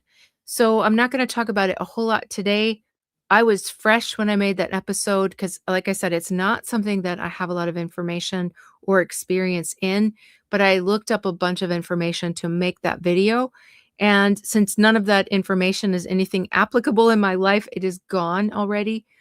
So, and I've already like talked a long time on here, so we're gonna kind of skip through that. And if you have more questions on that, you can go through and watch that video. But the main points about this is about the signing. And it's important because what can happen is even if you don't sign a contract, if both sides fulfill their parts of the contract as if it was signed and they're honoring it, even in a court of law, it can be determined as binding because you have gone forward as if you've signed it, as if you're honoring it. When you do all of the things that the contract said you have to do, if you do them all, it can become legally binding even without a signature. So that's a big issue that has to be determined right now. That's one of the things that Lyman has to decide in this big decision that he's making right now. So what Wayfarer is saying is that she never signed it and we were never okay with that. So this is kind of important. And so it says they were working towards this. So it wasn't like they were just like, oh, this is fine. They mentioned it once and then just forgot about it and just proceeded to go on. No, they're saying we were still working on this. It wasn't finished. We didn't let it go. We were not satisfied. We were not okay with the way it was left. We continued to pursue her signature. And that's important for whether or not it can be considered legally binding. Do they have proof that it was still being negotiated, that it wasn't just dropped? Another point that they say is that there's this condition precedent, and I explained all of that in that video, and I don't feel qualified to explain it right now without the information right in front of me. So, but there had to be a full execution of an agreement in a form that was acceptable to all parties, and that's what the contract actually said. And here is that part of it. It's called conditions precedent, and full execution by artist, lender, and producer of an agreement in a form reasonably acceptable to all parties. So this, what they're saying is, it says in the contract itself that it is not binding until it is fully executed in a way that's acceptable to all parties. And this is a long chain of emails. This is Wayfarer trying to get Blake to sign the contract. They never gave up. They never just said, forget about it. We're just going to go forward and do it. They continued, and they have documented proof that they were continuing to negotiate it and never agreed to just let it go unsigned the way it was. They paid her according to, oh, where is it? The offer. There was an offer, not a that wasn't a contract, but it was an offer agreement, and that's what they used to pay her according to that. But they never considered the contract finished. Thank you so much, Justin Smotherman. On Gianetti. Are you trying to tell me how to pronounce it? Thank you very, very much. Okay. Let's see. What was the other point about this that was important? I think this in the green. Yeah, that's the part I just said. So as work proceeded on the film, payments were made pursuant to the offer letter, not the contract. The parties continued to negotiate the terms of the long form ALA into July 2024. That was long after filming was finished. It premiered in August. So they never gave up. Lively herself continued withholding her signature to avoid being bound. Sorry, hold on just a second.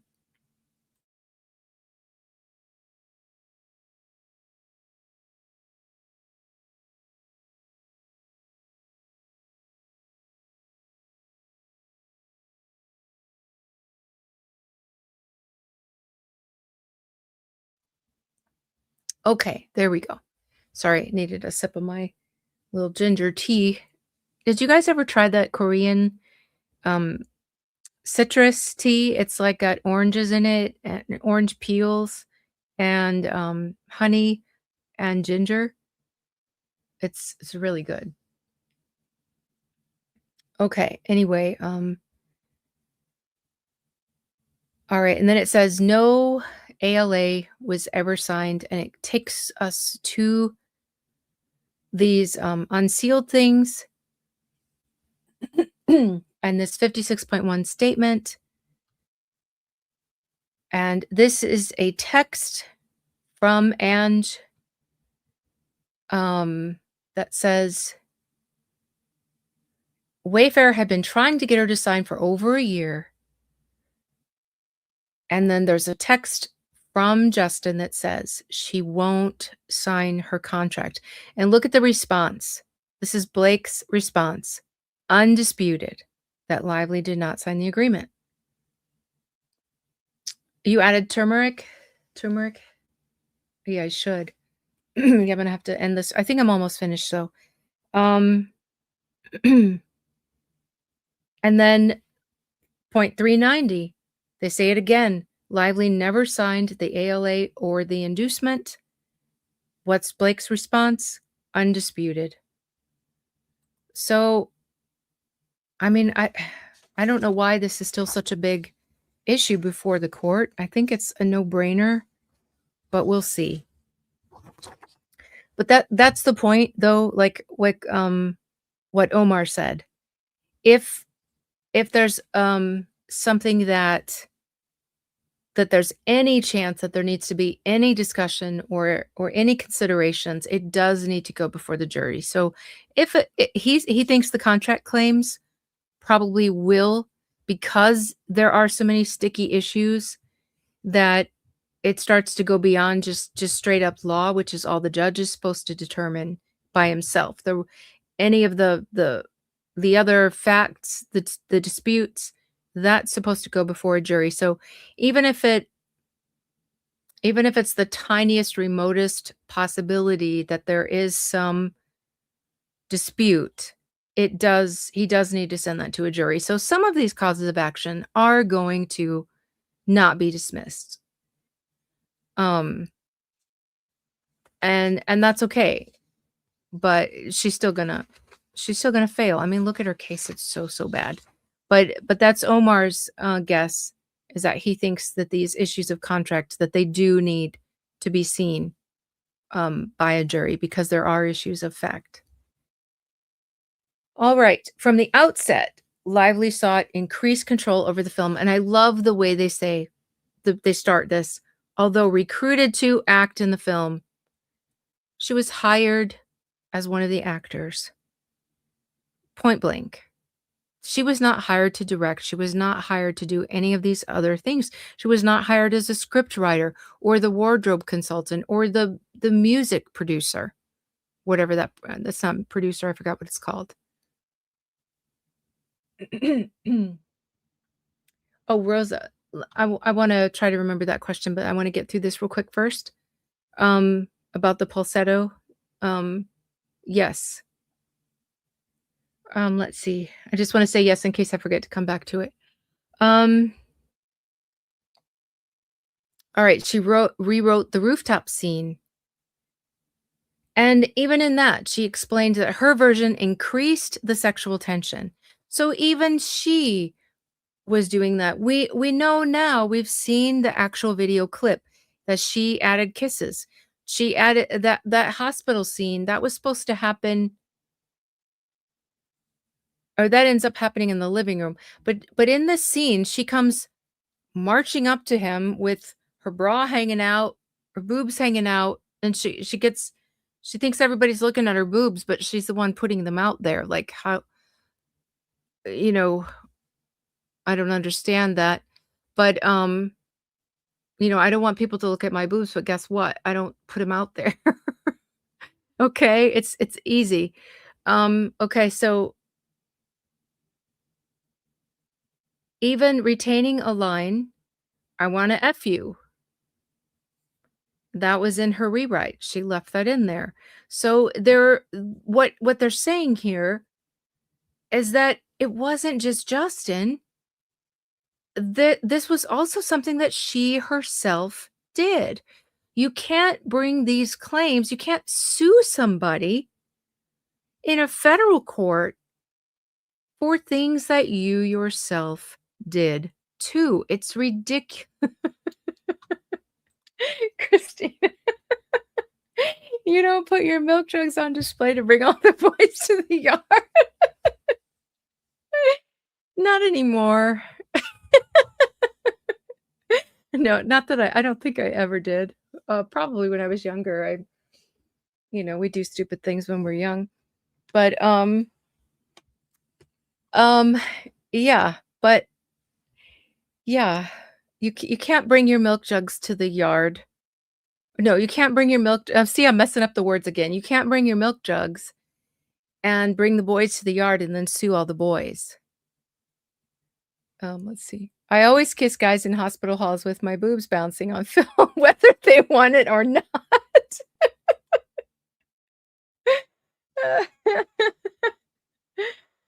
Oh. Oh, Christine asks, Cassidy, is it okay to drop the link for the petition to remove Blake? Yes, yes, by all means. That PGA, yeah, that needs taken away. That needs taken away because that was not gotten for the right reasons, and the way it was done. I mean,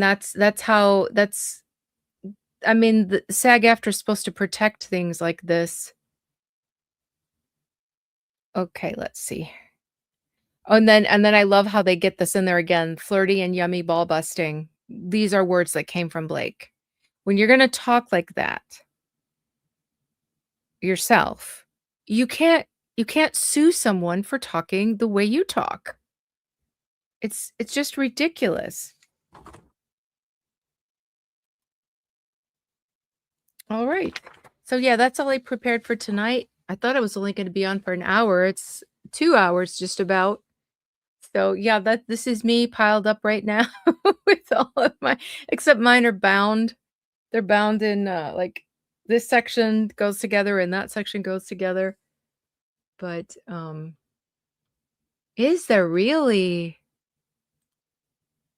Maladaptive says there's a clause in the PGA verbiage about extorted credits. That's interesting. Yeah. And this was extorted. I mean, look at all this. Look at all this evidence the PGA can look at. You thought it was Blake? No, it's a cartoon version of me. It's for I've been working on a I'm doing a thing for kids to learn how to read. Oh, yeah, I don't know why the moles, cause my cartoon that I made, is smiling, and so I just sent this through, um, what is it called? Copilot or one of those to make her look tired. 'Cause I didn't have time to, like, redo the whole drawing, revealing too much of myself. But, yeah, those I don't know why they added that. The mole, I don't know what they're supposed to be. I should have erased them, but I don't have moles. I have freckles, but, I don't have moles on my face. I do have them on my body. In fact, an update on that. So I had the one that was bad, and I had to go back and they, like, removed more. I had, like, 9 stitches. It was terrible. And so she did a whole body check and she did find 3 more that she wanted to test, and I just found out that I have to go back and get more of those taken off as well. But they were not they were precancer, but they just out of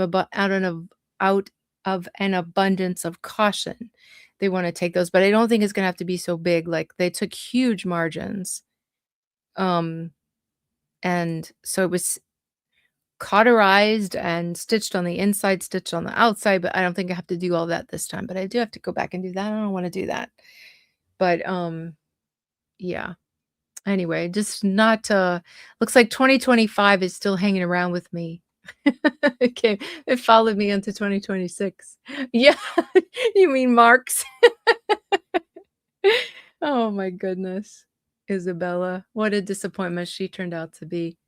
But you know what? I think she probably ruined her own career before it really got to start. You know, you can't be that problematic and have all of this attached to you and expect to really anyone to wanna touch you again, you know? And the satisfying thing out of all of this is that as hard as they tried to block Ryan's messages even, um, and Blake's and Taylor's gonna be fine. Taylor is too big to fail. She might lose, like, I unfollowed her the other day or yesterday, but she's gonna keep the majority of her fans. They don't care what she does. But but seeing the truth about Blake and Ryan, I mean, look at even mainstream media. I was so pleased to see, um, what the, actual bigger mainstream media is reporting, finally, about Blake and Ryan. And that's gonna have an effect. We already know that 2 of Ryan's things were canceled and 1 was moved over um, from the theater to Netflix. So it's already affecting him. for certainty. So, I think it's only gonna get worse for them from here. And so much of what like, his money is not made from Hollywood. His money is from his businesses, and they rely on him being the spokesperson and him being likable and him being able to advertise on his, like, his Instagram. These people are having to shut off their comments. Even, like, when they get interviewed, the people that interview them have to shut off their comments. It's bad. So all of what he was good for these businesses is leaving him. So this is gonna be huge, and they're gonna wish they never did this, but that's what they get.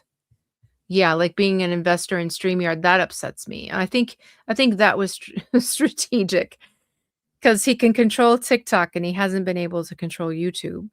So, yeah, thanks for sharing that petition for anybody who wants to sign. Thank you guys for spending your Friday night with me. You're always so supportive. And want to thank again Jose Machado, Ricardo, and oh, it's Parky Posey. I always just automatically say Parker Posey because my brain just sees that. And then and Justin Smotherman. Thank you guys so much. And thank you, Lena and Christina. And Jane was here. I don't know if Jane is still here. But someone asked about the Pulsetto. Yes, I do recommend it. It is a little pricey. I got one for my mom as well, so I think I had a discount. But it is. It's very, very nice. It's very comforting. And I mean I hope. I mean it works for me, it works for my mom. Nothing is like 100%, but I'd hate to hype it up and then have you spend the money and then it doesn't work the same for you. But our experience has been good. So what is it? It's a it's a little machine. It works with like electric current, a real light one. It's not a painful one. But you put it around your neck and it hits the vagus nerve, which is the biggest nerve in the body. It attaches from the brainstem all the way down to your your guts. I mean, your intestines. It does your whole way, all the way down to your tailbone, I think.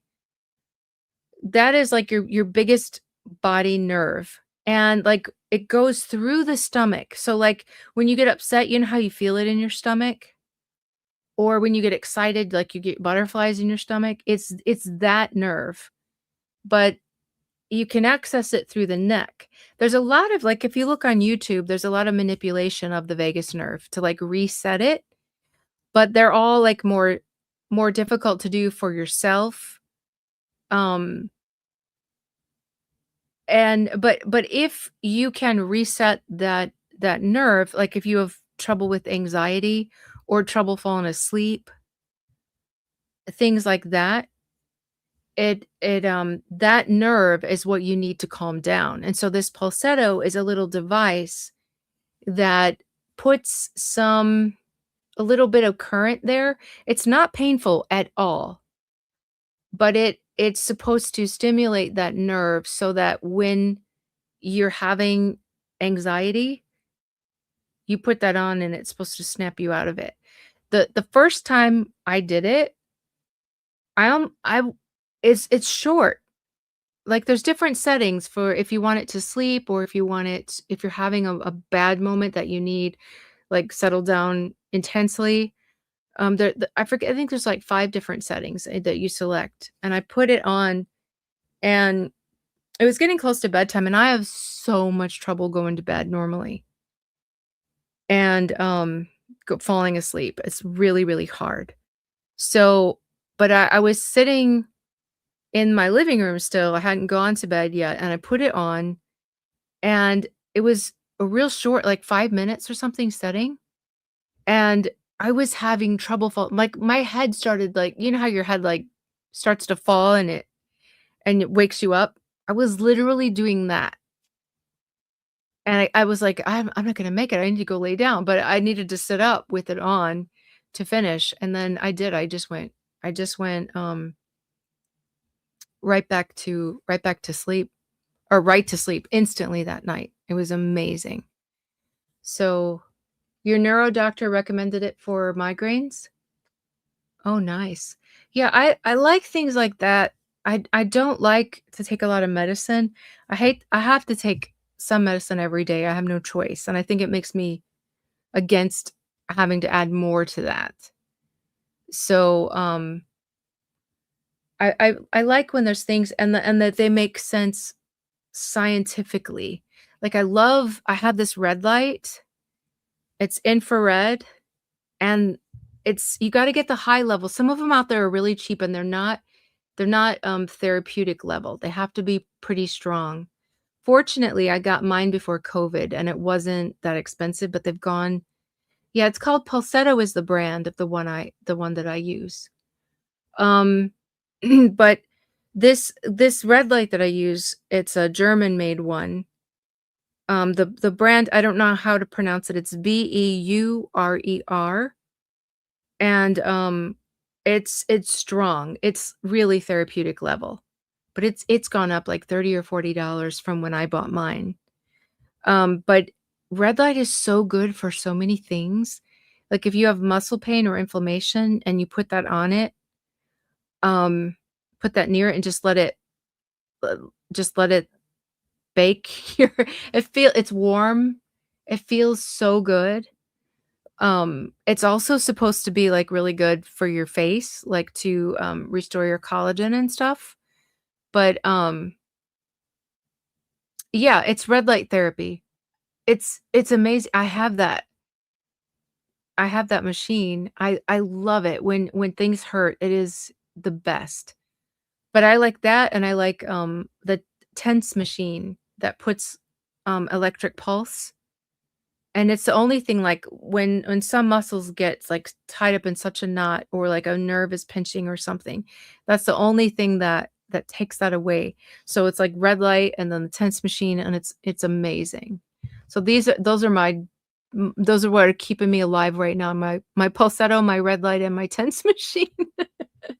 So, anyway, and none of them are harmful to the body at all. Like, there's no side effects. There's no bad medicine in there that's got something else, that it's doing to your body while it's helping you. So I really, really like those things. All right, guys, I have got to go lay down. Losing all of my energy. Yeah, it's good for the skin too, for things like psoriasis. And I just found out today it helps even things like toenail fungus. Like, everything you look up, it's somehow it helps. It's amazing. I love it. Highly, highly recommend red light therapy. My video set to private? Are you talking to me?